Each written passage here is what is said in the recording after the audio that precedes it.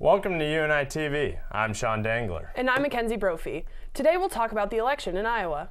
After the intense election race, we'll provide something to help you get back to your daily life. Right now, from the University of Northern Iowa, this is UNITV News.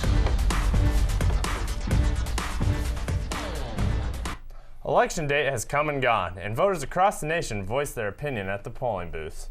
The results are in, and here to talk with us about what happened is political analyst Nick Alvarado.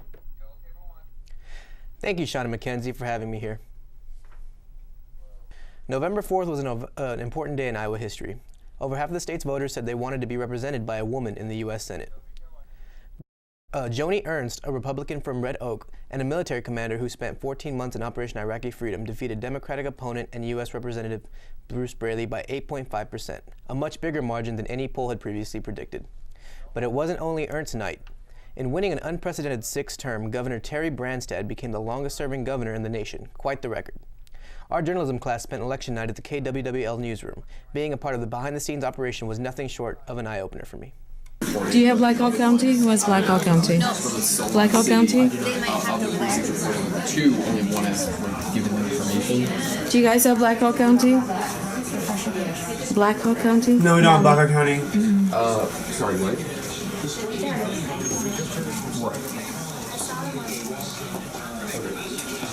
Okay. That's it.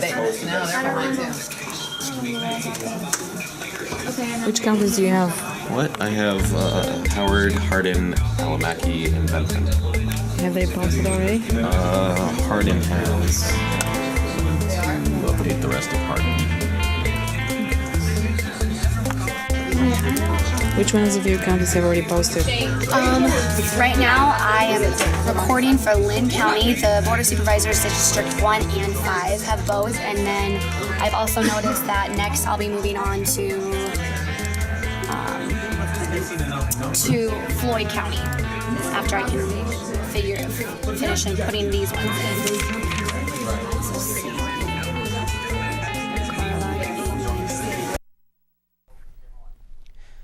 You know, I come from San Antonio, Texas, and I'm working as the communications director for a friend who is running for office.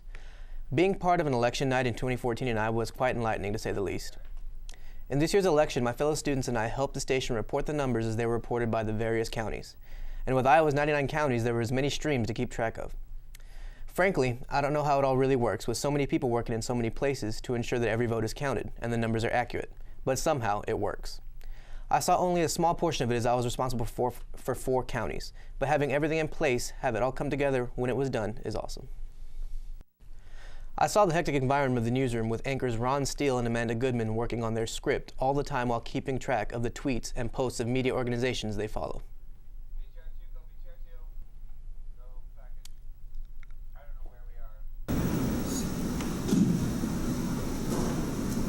Two and a half to live, 2.5. Yeah, they are. They are tweeting it like crazy. What's happening? WHO is calling it and saying Ernst won. By how much? Doesn't say yet. They're just projecting Ernst as a winner.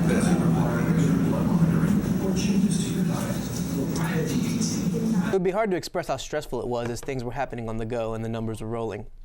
And other news operations were calling the race for some of the candidates, but the news director, Shane Moreland, a veteran newsman who'd lived through the debacle in Florida when there was a recount in the Al Gore-George Bush presidential election, was reluctant to succumb to the pressure of his competitors. He would rather be accurate than sorry. So even though the news director was quick on his feet to capture each candidate's live speech as it happened and put it up on the air with each anchor ad-libbing the happenings, he was much more deliberate and cautious in letting his anchors call the race. Watching this unfold in the background, which by the way was not hard to do since the newsroom is a fairly cozy place, was quite special. Even though I'm not from Iowa, I've spent my college years right here in the Cedar Valley, so it was interesting to see how people would vote. It was really exciting to be part of it, not just because Iowa made history that night, but because we as journalists were able to be a part of it. Most of our viewers are going to cut away for a little bit to local coverage. We will be back after a few minutes.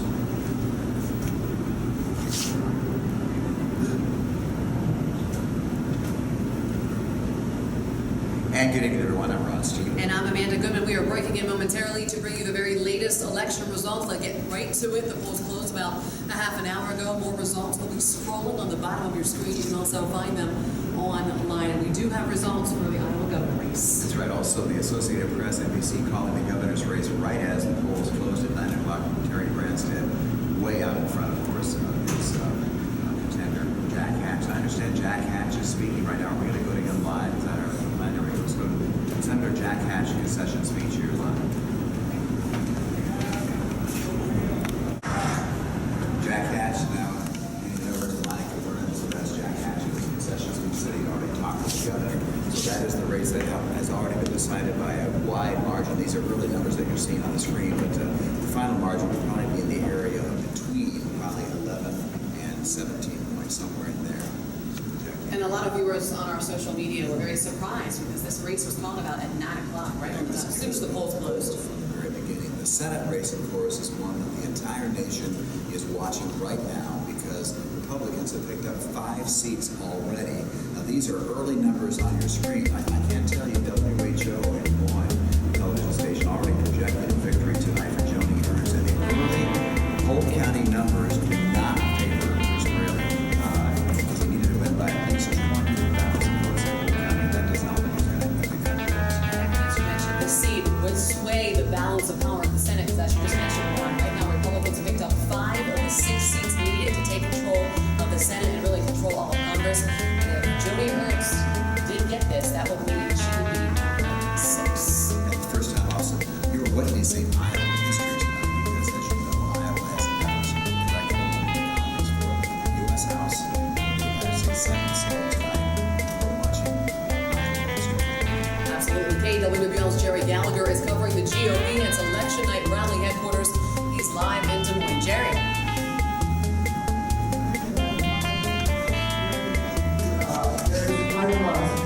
Series of wars will often through the crowd over the last few minutes as you see results across the street. Governor Branstad is winning the election. We are waiting to hear from the governor. No word yet on when he might speak, but let's take a look at this crowd here. One thing I learned about reporting is that you don't really understand what it is about until you're pushed in a real situation like this and realize if I make a mistake, everyone will see it. I can't afford to make a mistake. I've got to get it right the first time. So double and triple checking yourself pays off. It's also awesome to be a part of the process of how it all happens. Going to the polls alone does not ensure a civil society. Reporting about it does. Being a reporter is like being a witness to history, and I am glad I was there at this time and place to be a footnote of Iowa's history. My experience as a reporter in training has been greatly enriched by this, and I'm glad you and I provide such hands-on opportunities for learning. That's all about the election. Now back to you, Mackenzi and Sean. Thanks, Nick. We certainly appreciate your experience in political reporting. We're going to take a quick break, so stay tuned. I am a future Panther. I am ready to transfer. I am building my skills. I am social networking. I am investing in my future. I am challenging my students. I am running my own business. I am UNI. You can be too. Visit IamUNI.net. Welcome back. November is a rough month for everybody. It's cold outside and everyone is sick. Mackenzi, has November been pretty brutal for you so far? Roughest 6 days of my life, Sean. Thanks for asking. I ask because I care, Mackenzi. November may be lousy, but there is one thing that could cheer anyone up. Whether you're a good cook or a bad one, events come up in which you need to bake a cake. Margot Sturgis takes us on that journey. Hi, and welcome to Margot's Messy Kitchen, where today I'm going to teach you how to make something just as simple as boxed cake. I mean, that can make anyone's day, right? All right, the first thing you should do is read the directions, because if you don't, it'll end up like most of my cooking and absolutely fail and no one will want to eat it. So it says that to start, we need to set our oven to 350, which I have already done over here. You need to prepare the pan to keep the cake from sticking by lightly coating the bottom of the pan with no stick cooking spray, which I have already done right here.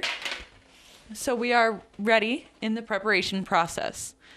After that, we need to get out all of our ingredients, which are 1 cup of water, 1/3 cup vegetable oil, and 3 eggs, plus the ingredients in the box.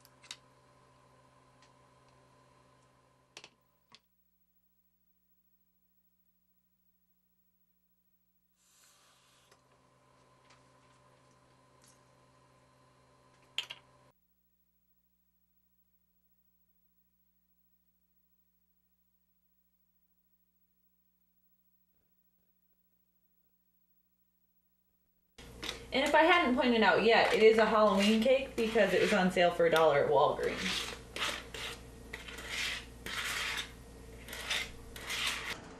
Now you're going to pour the batter into your pan.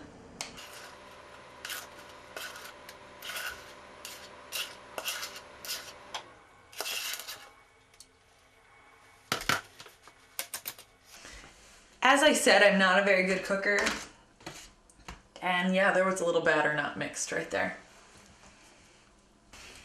Time to put it in the oven.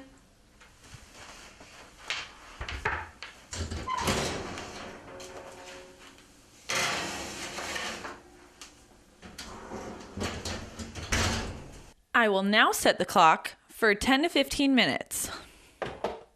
We'll set it for 12 and then we can check on it.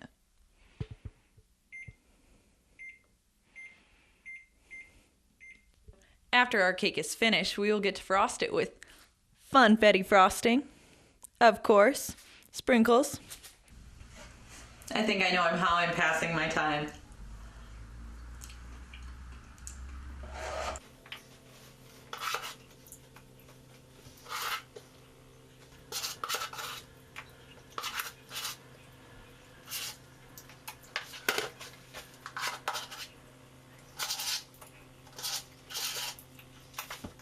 As some of you at home may not know, I'm not a very good cook. And so if this cake turns out, there's a pretty good chance you can make it too. Just to be sure you know how bad of a cook I am, I called up my sister. Macy, what do you think? Margot is, honest to God, the worst cook I've ever met. She doesn't even know how to boil water. So, friends at home, if I can make a cake, you can make a cake.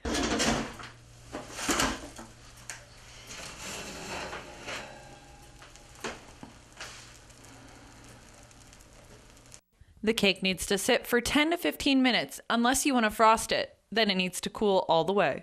Now that the cake is cooled, we are ready to frost it.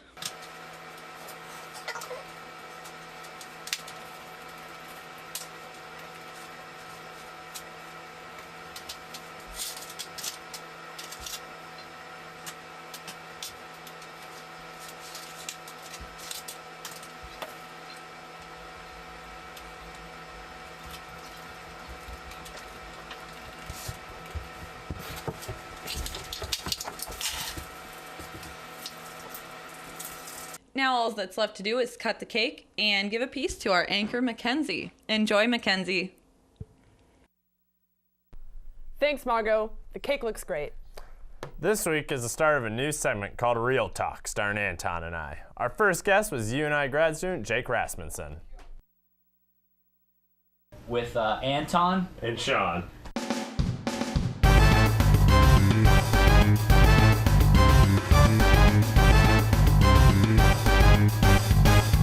Today we're here with our guest, Jake Rasmussen, who is a graduate student for the Leisure Youth and Human Services major. How are you, Jake? Pretty good. Nice work. It's kind of a mouthful, but you got it all in. So. Did I? I'm amazed at myself. He's pretty amazing like that. How have you been? Pretty good. It's been going well so far. Just, everything. Yeah.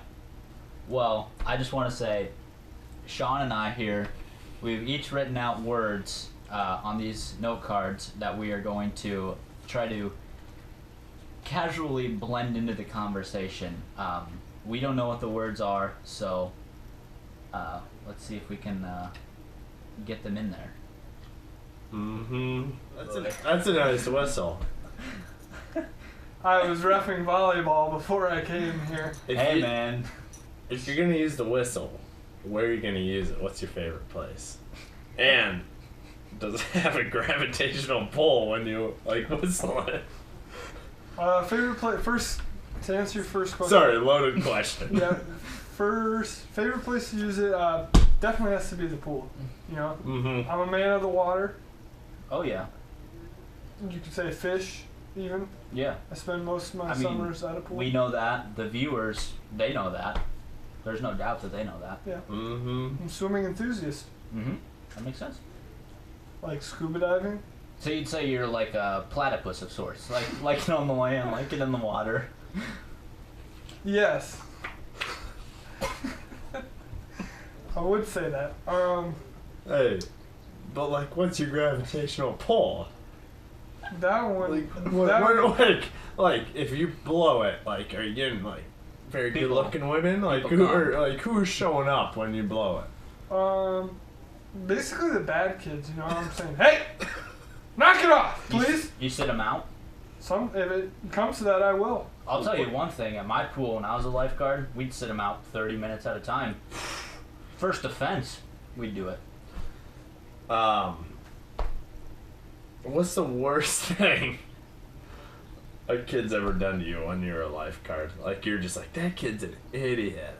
I need, get him out of here. What do you have to do to him? I mean, me being very safety conscious, I'm a very safety conscious person when it comes to aquatic safety. It was a pool break because we need those. I'd say, it really makes my blood boil when I see a kid push another kid in the pool. Why wouldn't it? You're right. It's a good question.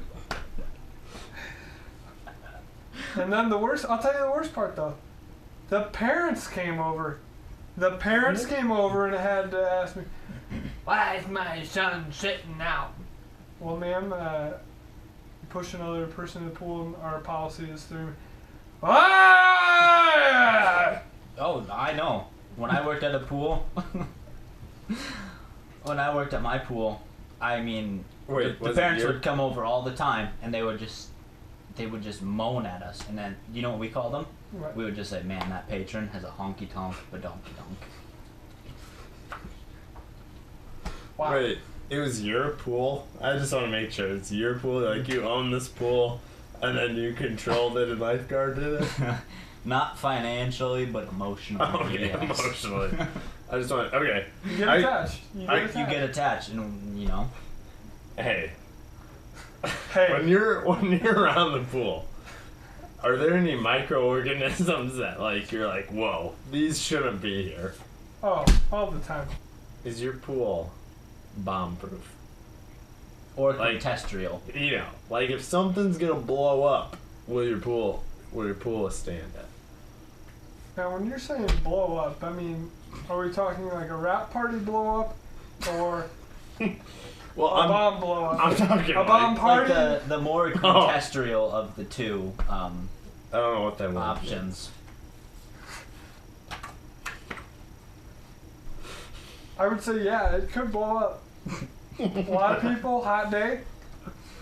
You put a spray ground, boom, boom.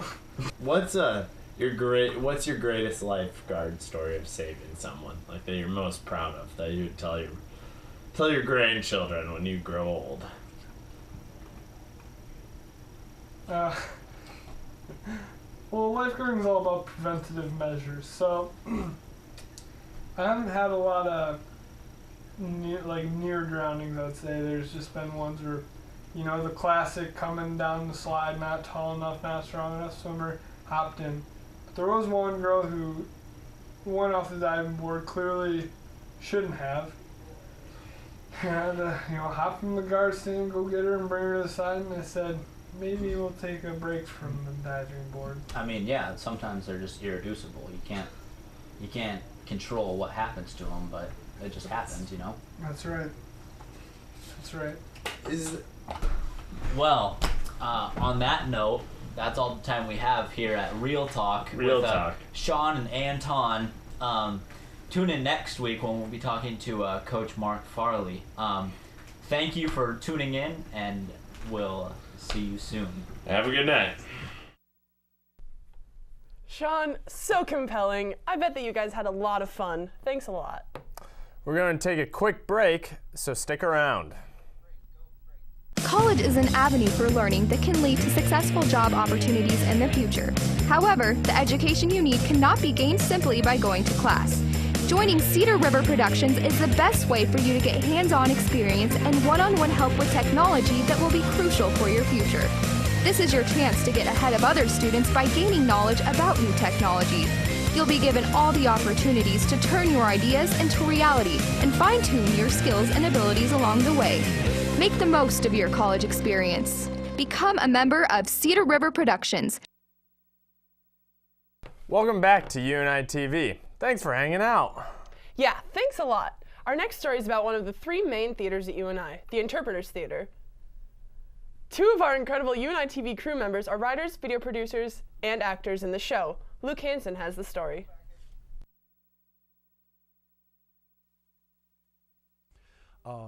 So a number of years ago, I decided that I wanted to create a one-act or two-act play centered on a school shooter hostage type of situation.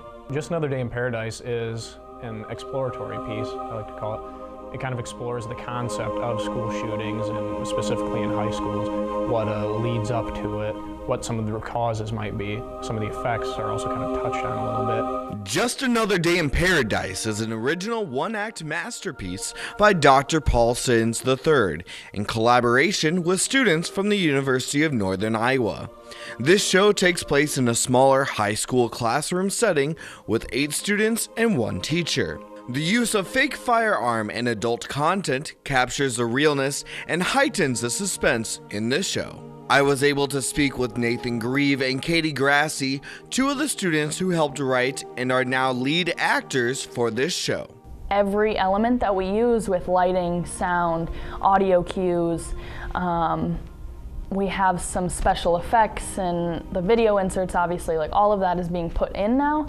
And so every single run through that we do, we're definitely using those so that when we open the show, we are full force, ready to go. And it is, we've been doing it however many times over and over and over, and we are just like, it's never going to get any better unless we spend a year on it. Folks are starting to come together, the characters are starting to gel, we're beginning to work with many of the technical elements, but the actors are now at that exciting place where they're ready for an audience. They need to have some kind of a response besides myself and the stage manager and our costumer. Just Another Day in Paradise will take place in Lang 040 on the UNI campus. It opens Thursday, November 6th, runs Friday, November 7th, and then closes Saturday, November 8th. The doors will open at 7 o'clock and the curtain is at 7:30. Admission to our shows are free, but we do frequently sell out the house. We do fill up very often. So at 6:45 each night in the lobby of the theater, passes will be available if people are interested in picking them up ahead of time. We hope to see you there. Thanks, Luke. Can't wait to see the show. Speaking of fun, UNITV's own Carver Terpstra shows us everything you can do at the dollar. Take it away, Carver.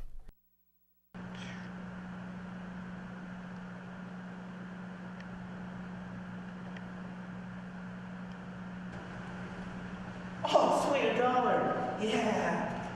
Score. Oh, hey, Carver Church here. You may have seen me on UNITV before. If you're a college student like me, you know money is hard to come by, and any little bit helps. That's why when you find $1, well, it's like winning the jackpot. So how far are students willing to go to get that quick buck? Well, I set out to find this answer out by going around campus and asking students to do pointless, meaningless, and often embarrassing things for just only $1. So come with me, and I'll show you what I found out. Okay, so I'm here outside of Rodney Library, ready to wait for our first victims. I mean, people to walk by. Here in my hand, I have different tasks for them to choose from. So they'll reach in this bag here and pull one out, such as, let's see, run a lap around the inside of the commons area of the Union. So let's sit back and wait until someone walks by, all right? All right, we got a first participant here. What's your name? My name is Mason Greer. Well, I'm Carver, nice to meet you, here at UNITV. So I guess I'm gonna ask you to do one of these tasks from these bags. If you do it, I'll give you $1. So you wanna brave enough to grab one there? Oh, I get to do it myself? Oh yeah, for one crisp $1. I don't know. No Should you peeking? peek? All right, you're right. Well, maybe you give. Oh, a few? Which one you got? All right, should I read it? Yep. Take a bite of the mystery sandwich. Oh, mystery. Are you willing to do that one? Are you brave? Yeah, come on, throw it at me. All right, let me grab it. You want to hold this for me one second? Yeah, I promise. I put nothing poisonous on it. All right.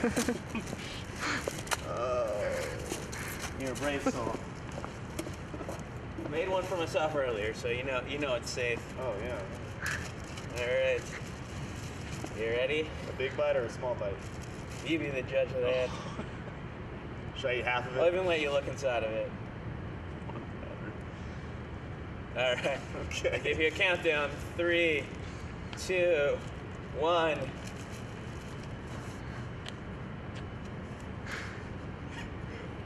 Is that a bit spicy or not? Oh my God, yeah. There, did that kick in? Yep. There we go. Yeah, that's like a small bite. It's like the hottest horseradish sauce you can get out there. Should have taken a small bite. First time I ever had that, I nearly died. Oh, thanks for you can eat the rest of it? No, I'm good. Thank you. Yeah, well, here's your $1. Hey, there's my $1. I earned it. I earned this. You should probably go buy yourself a drink with that. Absolutely. Cool off your taste buds. Mm-hmm. Thank you very much. Appreciate it. Let's move on. All right, I'm here with, what's your name? Kelsey. Are you ready to make $1? Yes. All right. Grab it in there. Hopefully you get something good.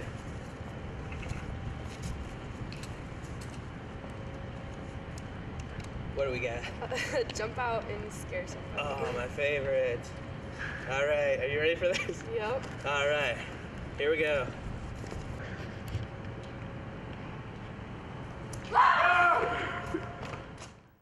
Now I'm here live with, can I have your name? Taylor Peterson. Hello, Taylor. Are you ready to make $1? Sure. All right, let's see what task we have for you today. Oh, great. Can't wait. Just draw one out I didn't there. realize this was going to be random. Never know it's random. What do we got there? Attempt to play guitar, sing for a full minute in the Union. Can I walk by here? Yeah, go ahead. How good are your singing skills? Are you up for this one? I can sing. I can't play the guitar. That's the funny part. Okay. Hey, you can gonna sing. go with that one? Sure. All right, let's go to the Union. CAMPFRIA campfire stop. Something on SpongeBob, Patrick Banks singing a lot. It's Squidward instead.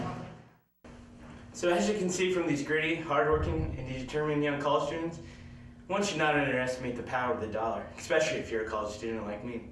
Now, if you excuse me, I have to go take out another student loan. I assume to spend the last of my money making this video. So until next time, I'm Carver Churchill reporting for UNITV. Hey, that guy looks familiar. Yeah, he's on UNITV. No, I don't think that's it. Thanks for tuning in to UNITV. That's all the time we have. I've had a lot of fun. Me too, Sean. Thanks for joining me last minute. For anyone who hasn't heard, Carly Beisel was supposed to be co-anchoring with me, but she couldn't make it because she's dead. No, she's not. She's dead to me. Anyway, I'm Sean Dangler. And I'm Mackenzi Brophy. Court dismissed. Bring in the dancing line.